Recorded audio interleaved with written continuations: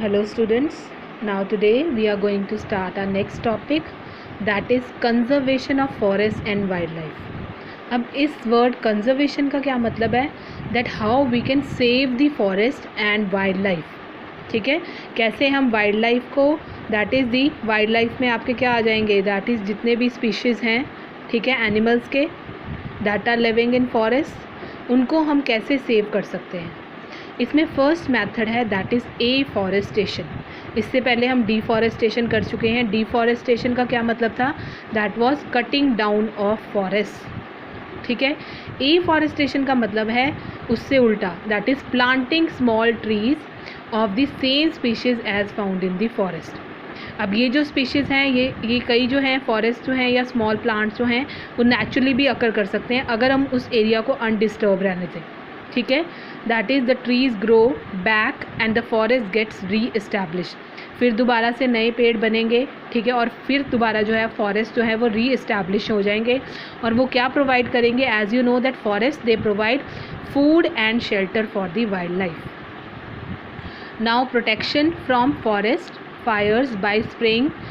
Second method है हम कैसे कंजर्व कर सकते हैं, फॉरेस्ट को कैसे प्रोटेक्ट कर सकते हैं. उनमें क्या स्प्रेयर करें हम, bye spraying fire extinguishing solutions. ठीक है, फायर एक्सटिंग्विशिंग सॉल्यूशन स्प्रे करें ताकि उसमें अपने आप फायर ना लगे.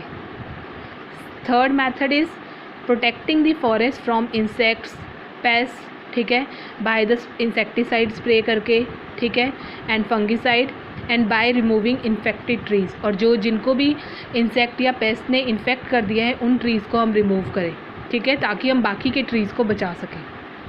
Second is protection. Next method is protection from over grazing by animals, ताकि ज़्यादा एनिमल्स वहाँ पे जाके लाइक गॉट, काउ, बफेलोज वहाँ पे जाके ग्रेजिंग ना करें, ग्रेज ना करें ज़्यादा ग्रास को.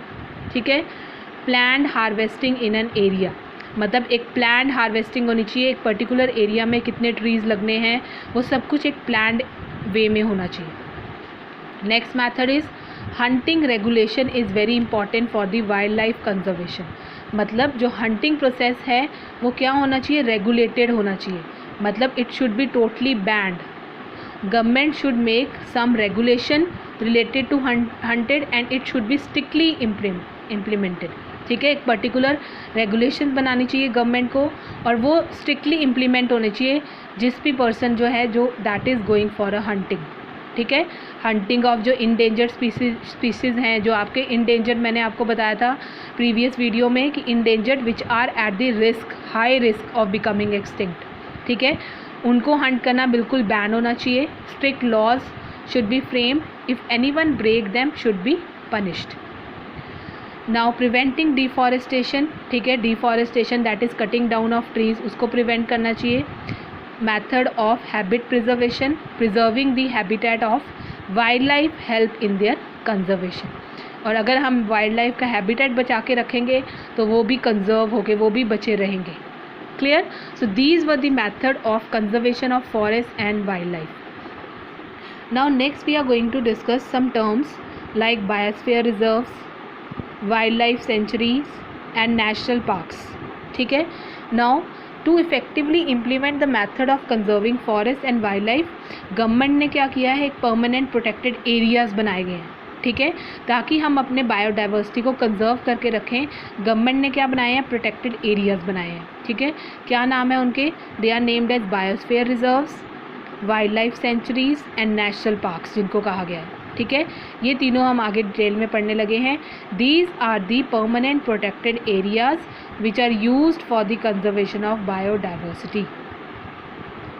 Now according to the World Conservation Organization, union ने क्या बोला है, फॉर्मली IUCN जिसका नाम है, दैट इज़ इसकी फुल फॉर्म क्या है, international union for conservation of nature and natural resource.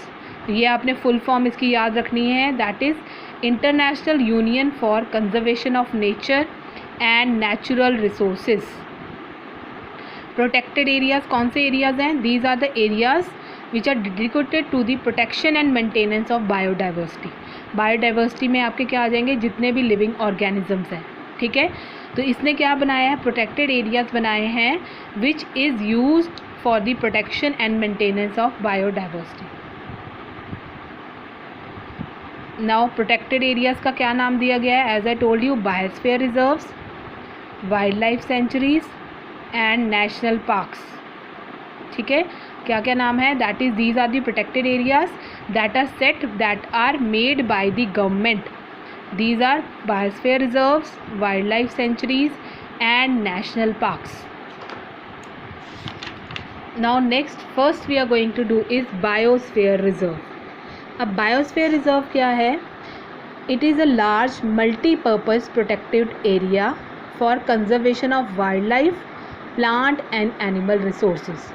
अब इसको मल्टीपर्पज़ क्यों कहा गया है?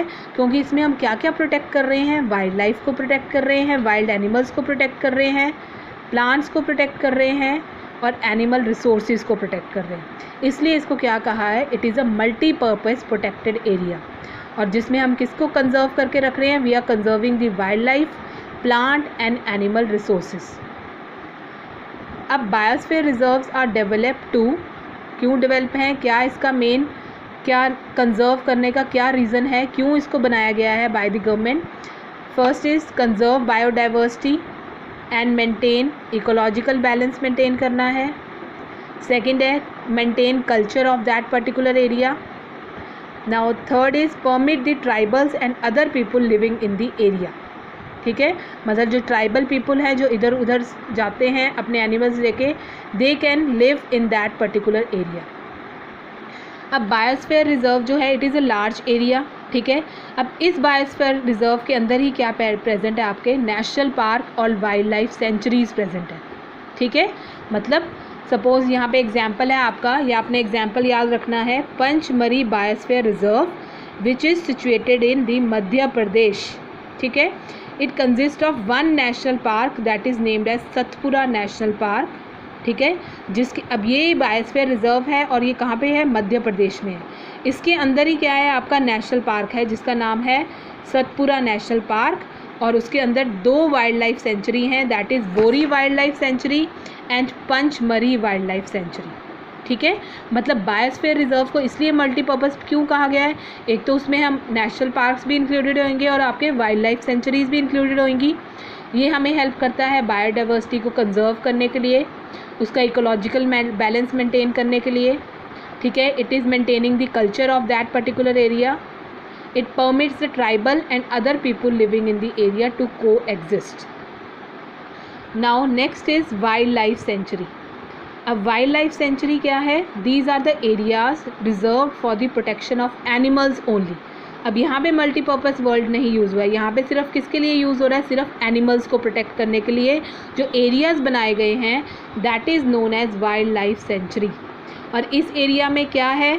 स्ट्रिक्टली प्रोहिबिटेड, क्या बिल्कुल ही मना है? That is killing, poaching and capturing of animals. मतलब एनिमल्स को किल करना या फिर उनको हंट करना, ठीक है, वो बिल्कुल ही स्ट्रिक्टली प्रोहिबिटेड है, बैंड है. ठीक है, in a sanctuary the following activities are allowed. क्या क्या एक्टिविटीज़ वहाँ पे हो सकती हैं? That is harvesting of timber.